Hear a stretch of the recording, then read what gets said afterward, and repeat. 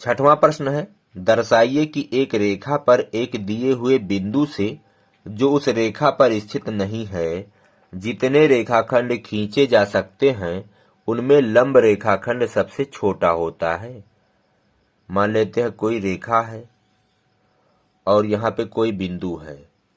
अब इस बिंदु से इस रेखाखंड पर जितनी भी रेखाएं खींची जाएंगी, चाहे जहां आप खींचेंगे, तो उनमें सबसे छोटी जो रेखाखंड होगी, जो इस पर लंब होगी, वही वाली होगी। यही हमको सिद्ध करके दिखाना है कि इस बिंदु से जितनी भी इस रेखा पर रेखाएं खींची गई हैं, मिलाई गई हैं, उनमें सबसे छोटी ये लंब वाली रेखाखंड होती है। हमें यही सिद्ध करना है। तो चलिएगा हम करते हैं। अब चलिए देखिए, हमने यहाँ पे मान लिया बिंदु P जो रेखा यल पर स्थित नहीं है। कोई बिंदु P है जो इस रेखा यल पर स्थित नहीं है। ये इस रेखा से बाहर यहाँ देखिए, यहाँ पे स्थित है। तथा PM लंब यल। अब यहाँ से P से यहाँ इस रेखा यल पर एक लंब खींचा गया है जिसका नाम है PM। ये कोण 90 अंश का होगा। और क्या कह रहा है, वह यन रेखा यल पर स्थित एक अन्य बिंदु है। अब इस पर स्थित एक अन्य बिंदु यन है। P को यन से मिला लेते हैं। अब देखिएगा हमको क्या सिद्ध करके दिखाना है कि जो बिंदु P से यल पर खींचा गया लंब रेखाखंड, ये वाला रेखाखंड इस वाले से छोटा है। हमको यही सिद्ध करना है कि इस बाहर वाले बिंदु से इस रेखा पर जितनी भी रेखाएं आप खींचेंगे, चाहे जहां खींचेंगे, तो जो लंब वाली रेखा होगी वो सबसे छोटी होगी। तो चलिएगा देखिएगा, यहां त्रिभुज बन रहा है PMN। त्रिभुज PMN में इस त्रिभुज में कोण यम बराबर है 90 अंश।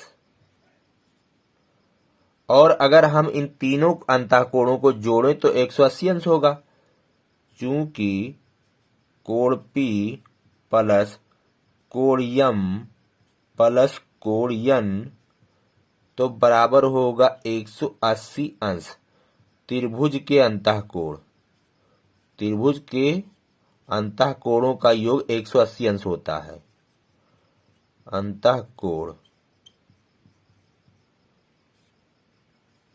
अब देखिएगा, कोण यम बराबर 90 अंश है, तो कोण P प्लस इसके जगह पर लिखेंगे 90 अंश प्लस कोण यन बराबर 180 अंश। इसको इधर लाएंगे तो कोण P प्लस कोण यन इधर बचेगा बाई तरफ, और 90 को जब उधर ले जाएंगे तो -90 हो जाएगा। 180 में से ये वाला 90 घट जाएगा तो हो जाएगा 90 अंश। यानी यहां से स्पष्ट है कि कोण P और कोण यन दोनों 90 अंश से छोटे हैं। देखिएगा, कोण P और कोण यन दोनों मिलकर 90 हैं, यानी कोण P जो है वो छोटा है 90 अंश से, और कोण यन भी छोटा है 90 अंश से। और 90 अंश की जगह पर हम लिख सकते हैं कोण यम। चूंकि कोण यम बराबर है 90 अंश, तो कोण P छोटा होगा कोण यम से, और कोण यन भी छोटा होगा कोण यम से।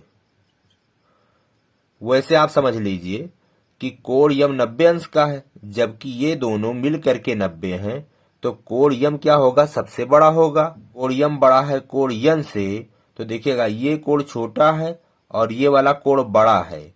तो सिर्फ हम यहां से, इस वाले से सिद्ध कर ले जाएंगे कि PM और PN में कौन बड़ा है। आप यहाँ चित्र में देखेंगे, कोण यन छोटा है और कोण यम बड़ा है, तो बड़े कोण की सम्मुख भुजा बड़ी होती है। अब कोण यन की सम्मुख भुजा है PM, तो PM ये छोटी होगी। कोण यम की सम्मुख भुजा है PN, तो PN बड़ी होगी। जो बड़ा कोण है उसकी सम्मुख भुजा बड़ी, और जो छोटा कोण है उसकी सम्मुख भुजा छोटी। तो बड़े कोण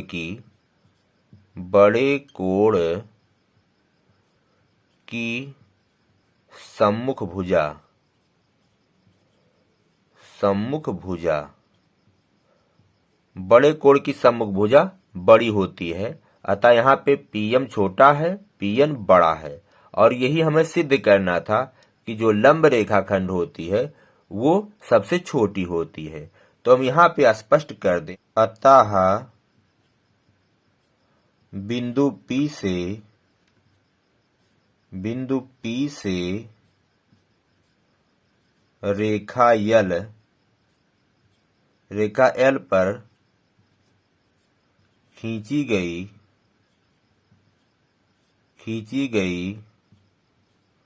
रेखाओं